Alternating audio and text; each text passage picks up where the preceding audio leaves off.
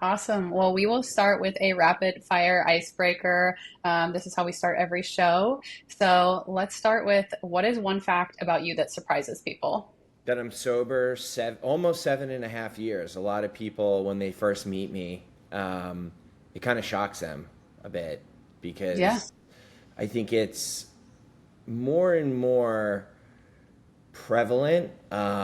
Just like the awareness around addiction, it's more accepted Hmm. nowadays. However, I think it's still an area in our society that hasn't been fully accepted and adopted, and I feel like there's lack of Hmm. education around it. So I think someone with, not to toot my own horn, but with 7.5 years of sobriety, and I'm relatively on the young side, it surprises people a lot. Yeah, definitely. Well, congratulations on that. That's amazing. Thank you. Uh, I would love to hear how would you describe your morning routine in one word? Serene. Okay, I like that. Do you have any essential practices that you have in your Yeah. morning routine? I do three things every morning. Before I look at my phone, the madness starts in my head if I start looking at my phone immediately, and that kicks my day off a very chaotic day. So I wake up, I get on my knees, I pray, I read the Jesus Calling every morning. It's like just like a little like a just for today reading, Hmm.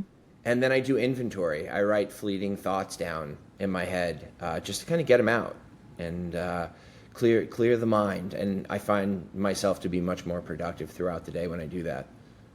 Yeah, it's so important to have a routine in the morning. So thanks for sharing that. Hmm. Um, and then, what is the most unexpected source of inspiration in your recovery journey? This sounds so bad, because your child is very, very valued. I mean, Mhm. but sometimes, like having a child, I take it for granted, but it is my source of inspiration on a daily basis. Like, it's one of those things that I pride myself in being a great father. I've been sober before my daughter was even born, and Hmm.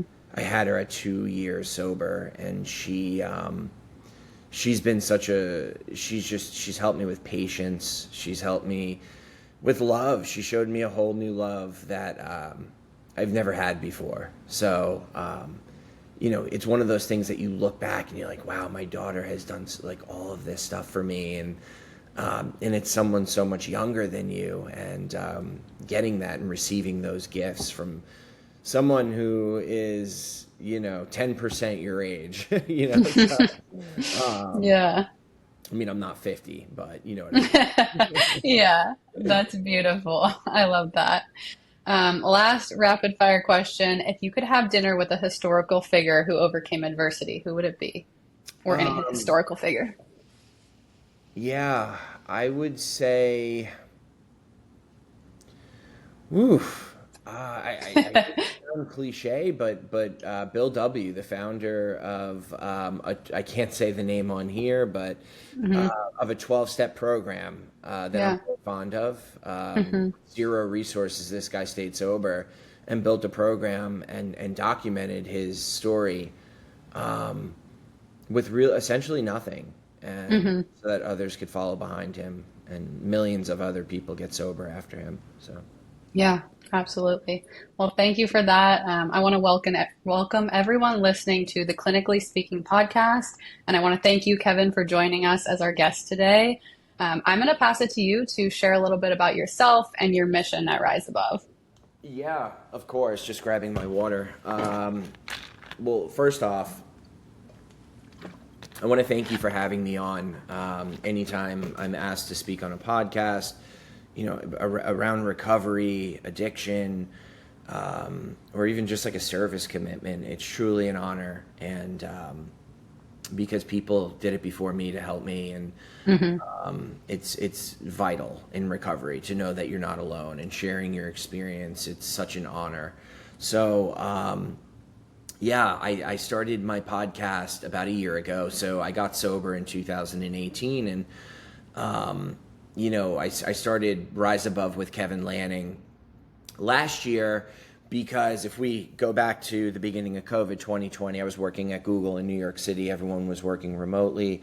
I moved I came down to Florida to work remotely down here. The plan was stay a couple months, and after a few months, I decided to stay. I was married at the time, obviously with my daughter as well. She was young, maybe 1.5, 2 years old at the time. And then about a year ago, Google came to me and said, listen, you need to move back to New York City.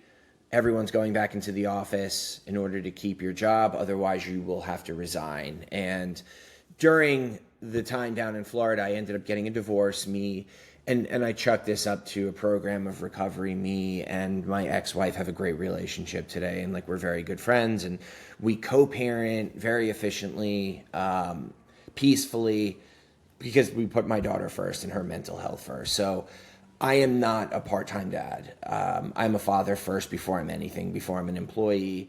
I'm a recovering alcoholic and addict first. And then if I don't have that first, then I can't be a father or anything else. But Hmm. so I decided to stay and resign from Google. And I just said, you know what? I'm going to take a gamble on myself. This was about a year ago. And I'm going to start a podcast featuring stories of adversity. And my adversity story is overcoming alcoholism and addiction, working a program, achieving 7 years of sobriety. And about 70% of my stories that I have on my guests and whatnot are in recovery. Others are family members of people who are in or have been in recovery. And then also to just like the wild stories of adversity. I just had someone on who got into a fatal car wreck with another car. He had his whole family in the car. He went into an 18-day coma, wasn't going to make it. And, what this guy has been through, 45 surgeries, just the adversity. And he's like Yeah. so grateful, smiling on my podcast. And I had listened to that. It was an amazing episode. yeah, it just gives you hope. And like whatever you're going through today, he was able to get through that. So like Hmm. you can get through what you want to get through. There are tools available. So um, I started the podcast a year ago, and there was a lot of fear around it. I'm used Hmm. to a salary, working for a company. I was working at Google, and health insurance, all these things, and I just believed in myself, and like I'm like gonna cry, like 'cause it's it's like crazy because um, like I never believed in myself, and Hmm. I uh, I did, and like it really worked out. It really took off, and sorry, I'm like getting like a little emotional. Uh, No, it's amazing. You've impacted so many lives too beyond just your own. So, I appreciate it. Um, so I was in like a lot of fear to do it because I was so used to like the comfortable paycheck and like being a dad and just that comfortability. But like I knew that God would take care of me if like I chased what I wanted to do. yeah. And I never thought I would get to that point. There was always something in me a year ago that was just telling me like just keep doing it, keep doing it, keep doing it. And it's crazy because UFC fighter, a woman by the name of Kayla Harrison, she's actually fighting for the Hmm. belt in June. She is my daughter was my daughter's judo coach at the time, Hmm. and I went to her, and she became a friend. And I went to her, and I said to her, "I'm leaving Google. I'm in fear. I don't know what to do. I just resigned. I had no plan of action. All I knew is I was going to be, a present dad for my daughter." And she said, I have been betting on myself my entire career, and look where it got me. 2 gold medals, Olympian. She was the champion in PFL, and she's now fighting for the belt in UFC. And like, she just keeps continuing to bet on herself. And she said, you need to bet on yourself and, you know, do it. Do what you love, chase your passion. So she helped me launch my first 13 episodes. Her and I did it together. Wow. She's commentary experience just from being on TV and whatnot. So she helped a lot in the very beginning. And then she had to spin off, and she was going to be doing an MMA podcast. And I was on my own in May, and I had that fear again. I'm like, holy shit, can I do this myself? Can I do this Hmm. myself? And I just kept pushing forward, and I kept trying to just help people, just push the message out there, whether it's addiction, whether it's sobriety, whether it's just adversity with no addiction tied to it, Hmm. giving people hope. and trying Yeah. to push good into the world. And you know, I had a few clips go viral on TikTok, and then it not only so for about 5 or 6 months, it was just like hard work. It was just constantly, you know, pumping out episodes, not taking any pay whatsoever, losing money because I'm investing in Yeah. everything. And it's just like there was a voice inside of me that told me just to keep pushing forward. So in November, December, I had a few clips go viral, and I became number 2 on Apple in December. Wow. And that's when everything changed. I got signed as a partner to Spotify. Then advertisers started rolling in. The money obviously followed to, Hmm. you know, because I have to make a living as well. Yeah. And you know, it's a gift of sobriety. I was present. I was clear minded. I believed in myself. I fought through the fear. And like, I get so choked up when I talk about the fear because I was like never that person. And 7 years ago, like any emotion I just acted on. And Hmm. it was like really tough. But I just kept pushing forward, and it just got it got a little easier every day. And then, Hmm. you know, now today, I had 1 million streams in January. I got signed as an official partner to Spotify. And I've had so many people reach out to me. I've built a sober community of people that I'm just helping on a daily basis, and it's been the most fulfilling thing I've ever accomplished in my life. Hmm. Absolutely. So yeah, I would you like me to kind of go back into my earlier addiction story and kind of how I got to sobriety? Yeah, absolutely. I think I would love to hear just about your journey in general. But first, I think that that fear is so relatable. I feel like all of the great things are on the other side of fear. So it's really cool to hear that you pushed through that. But yeah, I'd love to hear just your journey, any major defining moments throughout that, anything you want to share. Yeah. No, I appreciate those words. You're absolutely right. Fear, you're at the bottom of a mountain looking up when Hmm. you know, there's fear, and like you're counting anything in life, a breakup in a relationship, anything. Like you're at day one, then day two, and then it just feels like it's just never gonna end, and there's so much fear and pain, and but you can get through it, and then those days turn into weeks, turn into months, and then you're in a completely different space, and you've grown so much. It's truly just an amazing process, and a process that I love. Hmm. So I grew up in New York, and I grew up with 2 brothers, a very active household. Me and my brothers all played sports, 3 sport athletes, all of us. My parents wanted us to stay out of trouble. We liked playing sports. I went through high school. I played football, and I got a lot of recognition playing football in high school. I got accolades. I had a lot of friends, and I was drinking, smoking weed, if you want to call it the typical things that 18-year-old does in senior year of high school and on the weekends.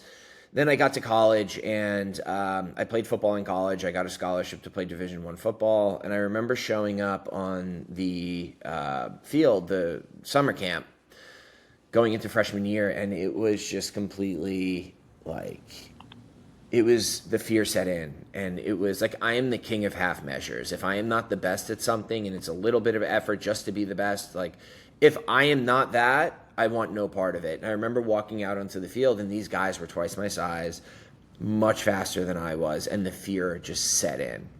Yeah. It was like, okay, like how could I abort this? How could I get out of this? And I liked football. I liked the accolades. I was doing well in high school. But then it was like the big boy leagues, and it's like, okay, well, I don't know if this is going to be fun anymore. And I went on and I played, and I ended up I tore my rotator cuff playing. I was a D back, I was a cornerback. Tore my rotator cuff. I went in for shoulder surgery, and had reconstructive shoulder surgery to my left shoulder, and that was like my first opportunity. I knew right when I had that surgery, I was never going back to playing football ever again. And it was crazy Hmm. because I wanted to go back to my dad and tell him, like, there was a reason I'm not playing. It had nothing to do with the coaches, nothing like that. It was like, I felt like I had this pressure all my life. And my Hmm. father, it's crazy, through the step work, through recovery, looked at myself, and I never was, there was no pressure put on me by my father. And like, he was just Hmm. like signing me up because he thought that's what I wanted to do and to keep me out of trouble. I never spoke up or voiced how I Yeah. really felt. And, I put this pressure on myself. And when I had the shoulder surgery, I was put on Oxycontin. And I remember taking Oxycontin for the first time after shoulder surgery and being like, I want to feel like this for the rest of my life. I don't feel anxiety. I don't feel fear. I don't feel pain. I don't feel anything. I don't resent anyone. No one is gonna make me mad. Like, you could do whatever you want. So I go on, and doctor's prescription eventually runs out. Now I'm like hitting up other people on the football team who's got what prescription, and my disease slowly starts to progress through college. And I'm starting to now look for Oxycontin on the black market from other people, Hmm. dealers, and I now have to come up with money. It's not cheap. And when I was in college, this was on the cheaper side too. I think an 80 milligram Oxycontin was like 35 to $40 or something for a college Hmm. kid. I was taking a few of them a day at the time. It's a lot of Wow. money. And Hmm.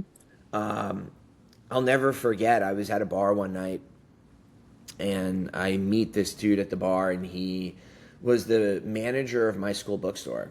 And him and I were talking. I was giving him shit about the prices of books, and Hmm. he goes on to tell me that they have all of their books in a warehouse at an offsite location, not on the university.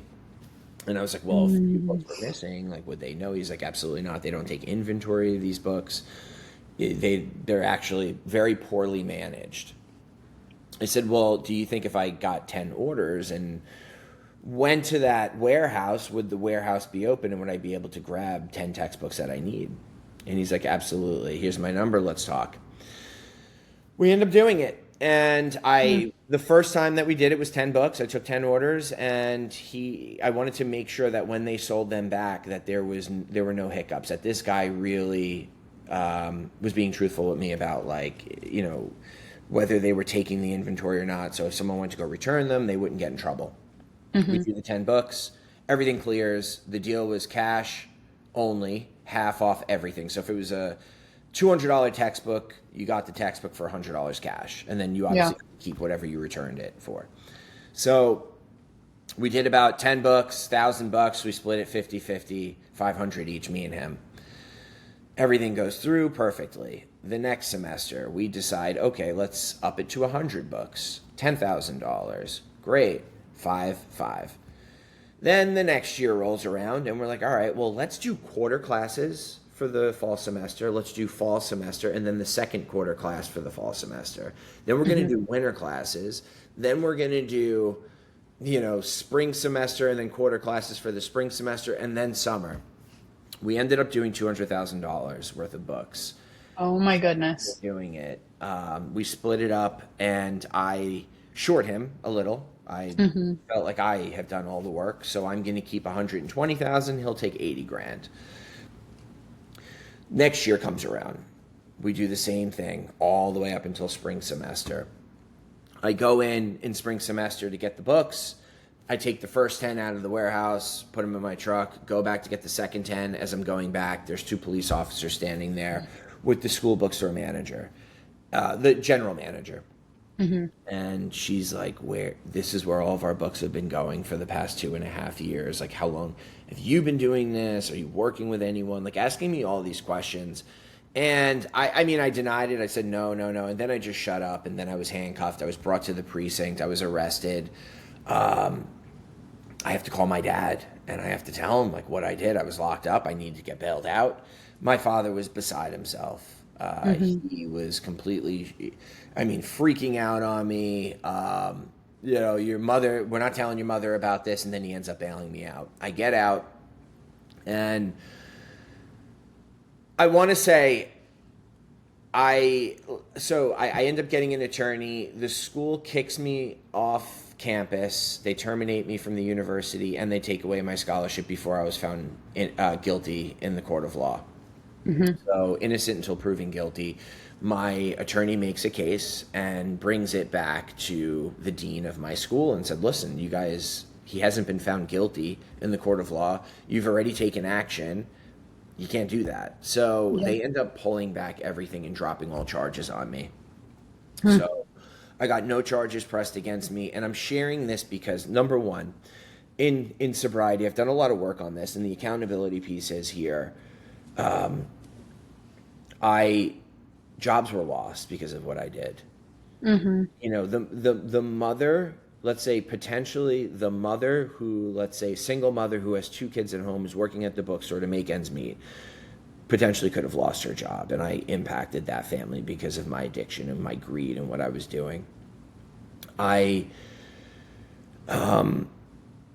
got off scot free, and I wish I did get caught. I wish the Hmm. charges did go through at the time because I thought I was untouchable. I felt like there are no consequences to my actions. I can get away with anything. I was about 21 at the time, and I spoiler alert, I don't end up getting sober until I'm 32. I'm 39 now. I'm 7 years, or about like 31. I think I was when I got sober, but so there was another 10 years of usage, and Wow. I go on, I somehow graduate college. I somehow get a corporate job in New York City, great corporate job. And now I have health insurance. So now I can doctor shop in New York City. It's like '08, '09. And Mm-hmm. I'm using my insurance to go from doctor to doctor. And I figured out, like, okay, I can go to Dr. A, fill my prescription at CVS in New York City. Go to Dr. B, go to Walgreens in New York City. Dr. C, mom and pop in New York City. And then I could just take the ferry over to New Jersey.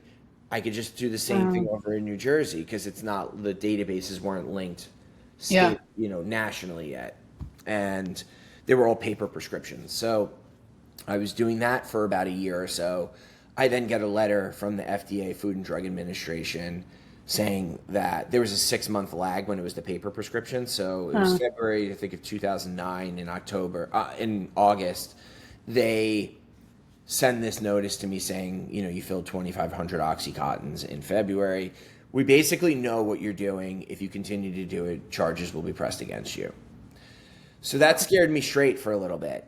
mm-hmm. I went to my first meeting at that point. I knew I had a Okay. problem. I knew it in the back of my head. I was in denial. I felt like it was just a phase that, I won't let myself get that bad. I have this great job in New York City. Look at my life. Justification, denial. Mm-hmm. I get my shit straight for about a couple months. Then I go right back out. I never got in trouble. I just got the letter. Great. I'm off the grid now. Same shit. I go back out. Insanity. This goes on for a few more years, up until 2013, and my usage got bad. I ended up towards the end of my addiction. I was spending $16,000 a month on pills, Wow. and that was February of 2013. I go away to rehab. Come back from rehab. I go into sober living in New York City. Bridge back into work.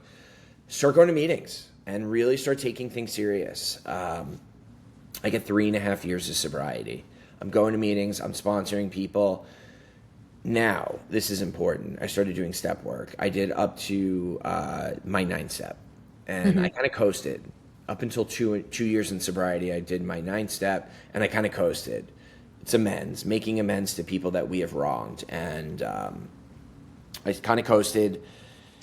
And then at about 2 years, 2.5 years of sobriety, things were kind of boring for me in sobriety. I wasn't working on myself anymore. I started gambling, and Mm-hmm. I don't have money like this. Yeah. And then I started betting $10,000 bets. Like, that's how out of control my betting got. I was betting $10,000 on a game, Wow. and it got out of hand really quick. And I went into a lot of debt. And then at about 3.5 years, I want to say abstinent. I won't even say sober at this point. Mm-hmm. I am in the gym and I tear my rotator cuff again. Oh, no. have shoulder surgery again. Spiritually, I was not fit. I wasn't working on myself. Now, I'm married at this time. Like, I get Hmm. married in those 3.5 years of sobriety. I meet my wife, like, all this crazy shit. And I decide to go through with the surgery. I get painkillers. And, I'm an alcoholic and an addict. I play the whole game. Honey, you're going to hold my pills. Well, she's European. She's not really up to speed on the opioid epidemic in the U.S. And like, I can manipulate anyone. Like Yeah. when, as an alcoholic and an addict, I can manipulate anyone. I manipulated my way right through it, and I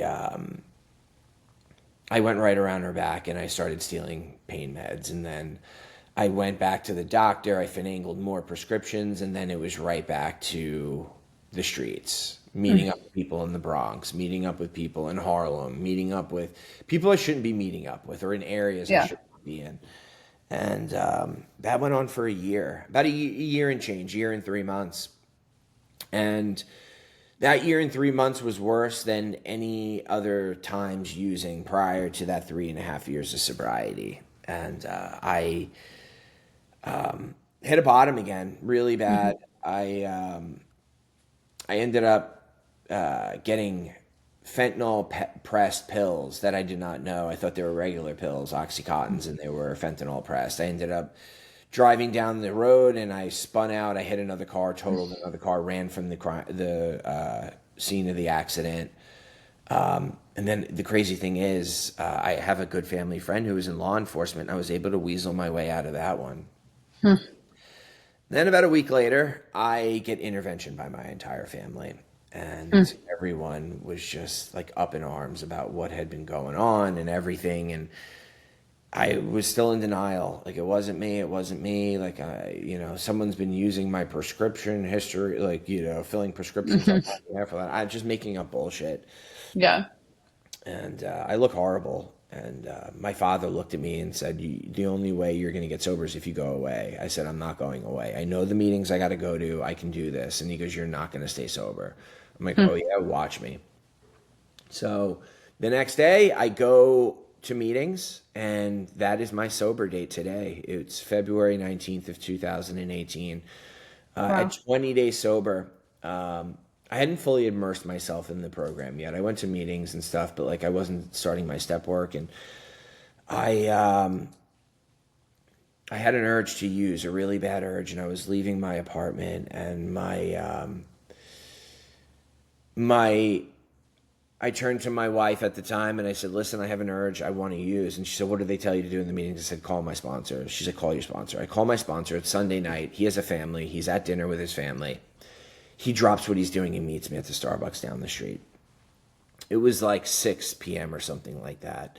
Relieves my wife. She goes back inside, and she he sat with me. We went to a diner after when Starbucks closed and sat with me until that feeling passed. And it was one of the most powerful things that another recovering alcoholic could just do that for another recovering alcoholic and be there. And the power of that was so, it was just something I had never seen before. Yeah. It was something that I just didn't understand. And it was like, I couldn't believe that someone else would take the time to be there for me.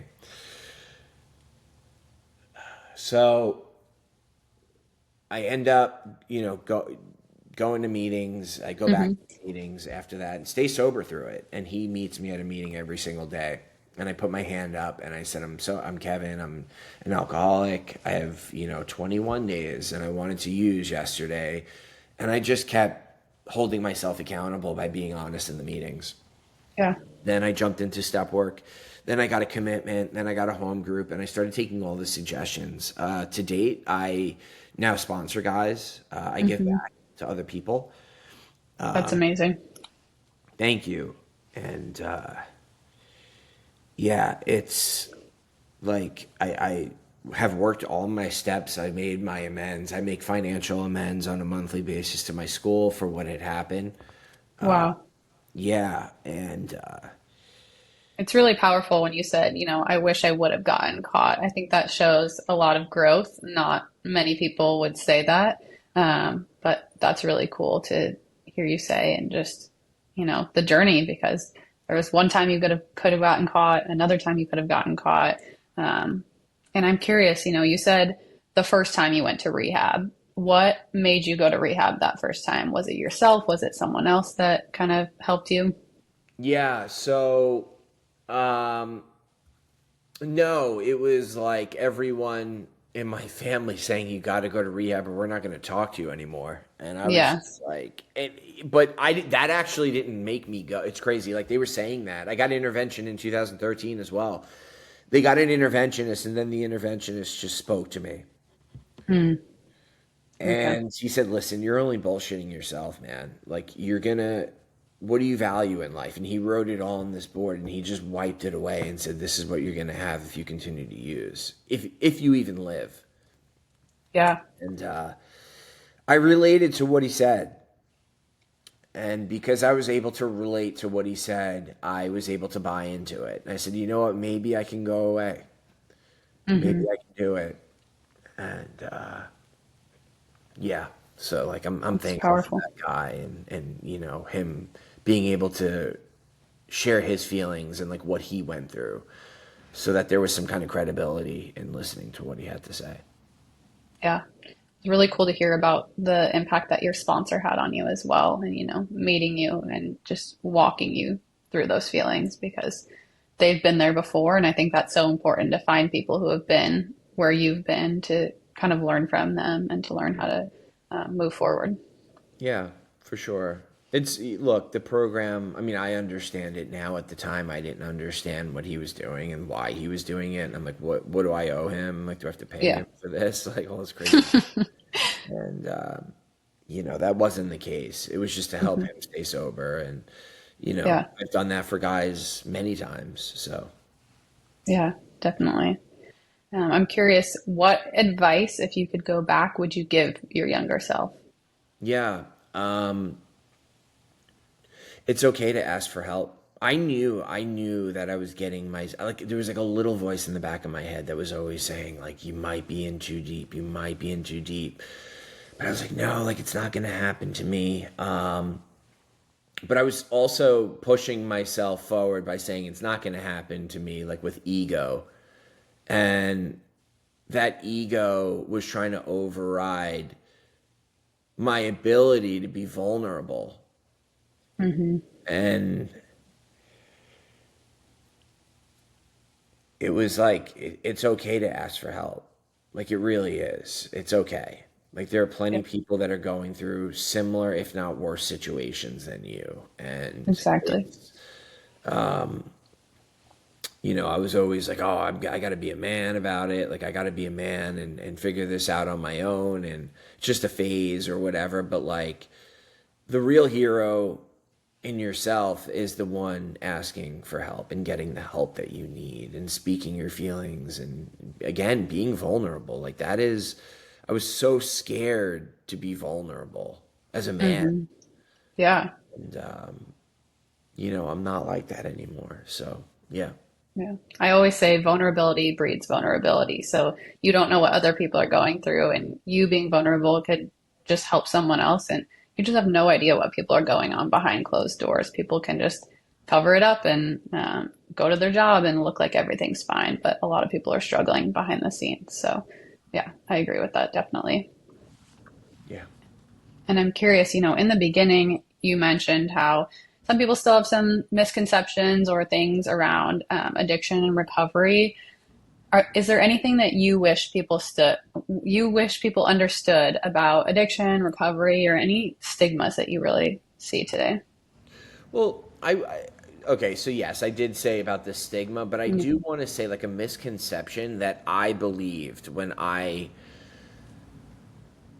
first was trying to get sober, and I thought this up until 2018 when I finally got sober. Was so obsessed with the fact that like I needed drugs and alcohol to be happy in life, and like Mhm. once I get sober and get the help that I need, I'm never going to be happy ever again. Wow. And my life has been beyond my wildest dreams since getting Mhm. sober. I have been the happiest I've ever been in my entire life. Um, it's just been amazing. And Hmm. I achieved that feeling that I wanted to achieve while I was using drugs. Like that high I was trying to hit, I achieved in sobriety without drugs and alcohol. Um, I think the stigma part of it is, a lot of, people, it's a disease, it's not a disease. People don't want to have like a disease attached to, their identity. It doesn't have to be a disease. Hmm. It's just something that we are all a lot of people are battling with, and it doesn't have to be a disease. It doesn't have to be something you're born with. It could be whatever you want it to be. Yeah. It's just knowing that it's okay to, have, well, it's not okay to be have a problem with addiction, but like it is Hmm. okay. Like there is help. Like there's nothing to be shameful about. I was ashamed for a long time, and Hmm. I thought it was just like a really bad quality about myself, and that was not the case at all. It actually made me a much better person. So, Yeah, absolutely. Can definitely see a lot of mental growth. And in the beginning, you mentioned your morning routine. So I'm curious, what has helped you in your just mental strength or mindset shifts throughout the years? implementing God in my life. I try to Awesome. control all the situations. If I don't have God in my life, I'm trying to finagle everything, manipulate, control, and like I'm only one person. I can't Yeah. control everything. I am going to like my mind is going to be more chaotic trying to control everything sober than what it would be on drugs. And it's like, Hmm. why get sober to live that way? And I've also noticed that, everything tends to just work out okay when I let go and I let God in. So that's been Hmm. like my biggest tool. Yeah, that's amazing. Has therapy played a role at all in your sobriety journey? Yeah, so I go to therapy. I've been with the same therapist since I've been sober in 2018. And Awesome. it's been it's been a great journey. I mean, therapy has been a place where I can just go and dump shit, Yeah. you know, and Yeah. um, and just get like honest feedback or even just someone to listen to. I mean, I do have a sober community that I talk to on a daily basis, but like just someone to really, be there and know everything about me. My therapist knows every single thing about me. Like there are a Yeah. few people in my life today that know everything about me. So, and he's one of them. And there, you should have at least one person in your life that you are fully honest with. 100%. I think it's so important too to have someone who's outside of your daily circle that you can go to, like you said, just dump everything. Someone who's gonna give you feedback and just be there to listen because you're gonna get biased if you're talking to your friend or your mom or whoever. So I think Yeah. therapy is so important and so healing. Agreed. Yeah. Um, are there any books that you have read throughout your sobriety journey that have stuck out to you or have really helped you? Any self-help books? Yeah. David Goggins. Can't Mm, hurt me. This is a good. love that book. That's so good. Yeah, Huh. it's been I mean it's crazy. He does like inventory on here that like we do in sobriety and like building Hmm. up, and it's like it's crazy. 12 steps you can apply to anything in life. Like Yeah, you want help or quitting something or just enhancing your life spiritually, like this is a testament to that, which is amazing. I just talked about the Jesus Calling. I read this every hmm, day. It's like a little just for today book. okay.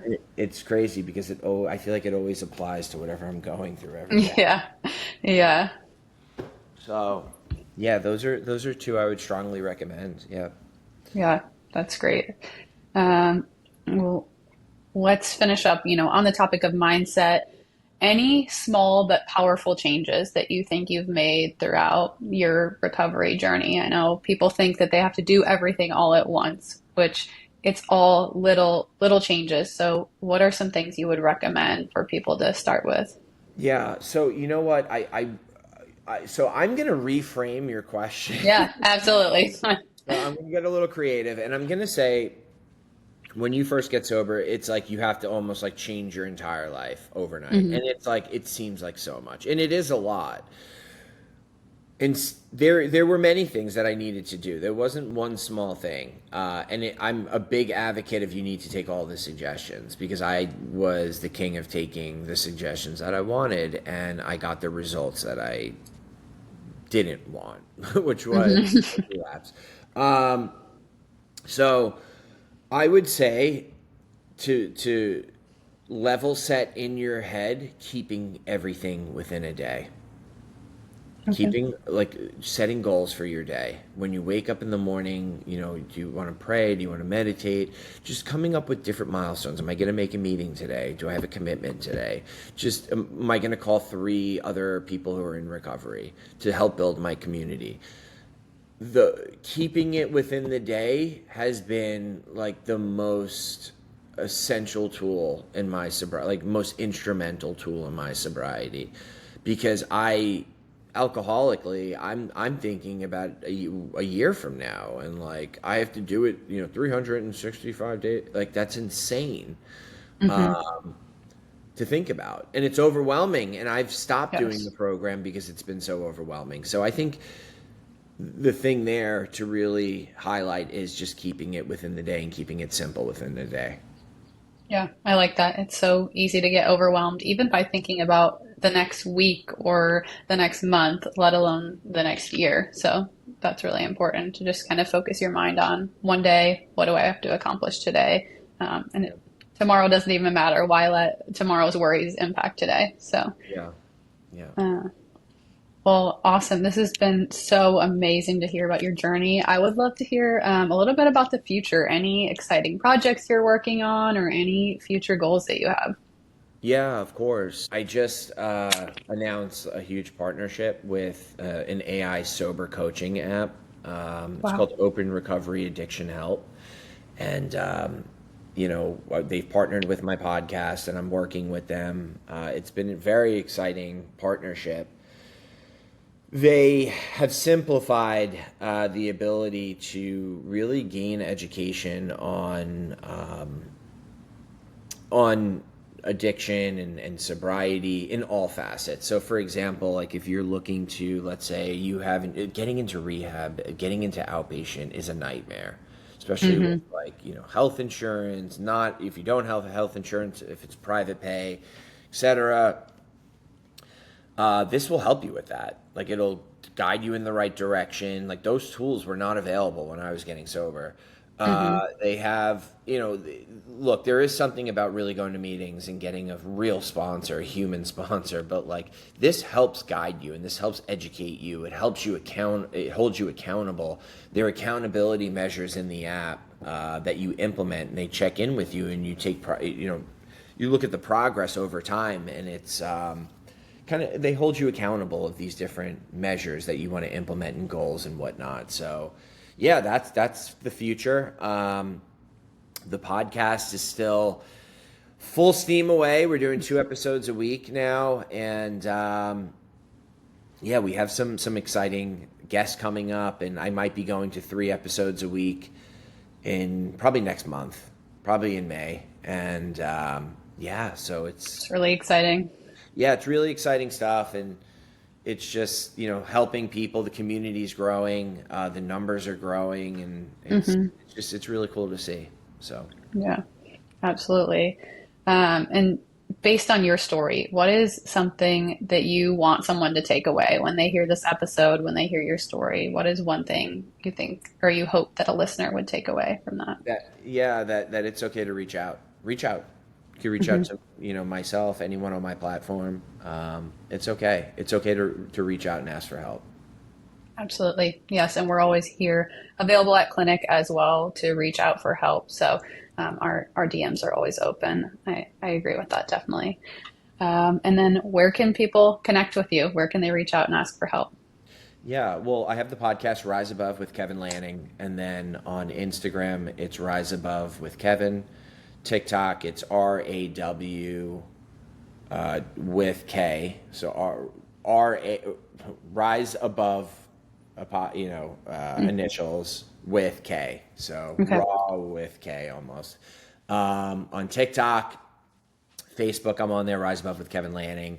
Then my YouTube channel, same thing. You can DM me anywhere. I answer every DM. So yeah. Great. Awesome. Well, thank you for your time. It was really, really great to hear from you. I appreciate your time so much, and really excited to share this and just see how it helps people. Awesome, Natalie. Thank you so much for your time, and I appreciate you getting me on. And it's truly an honor and a blessing. So thank you. Yes. Have a wonderful day. Thank you.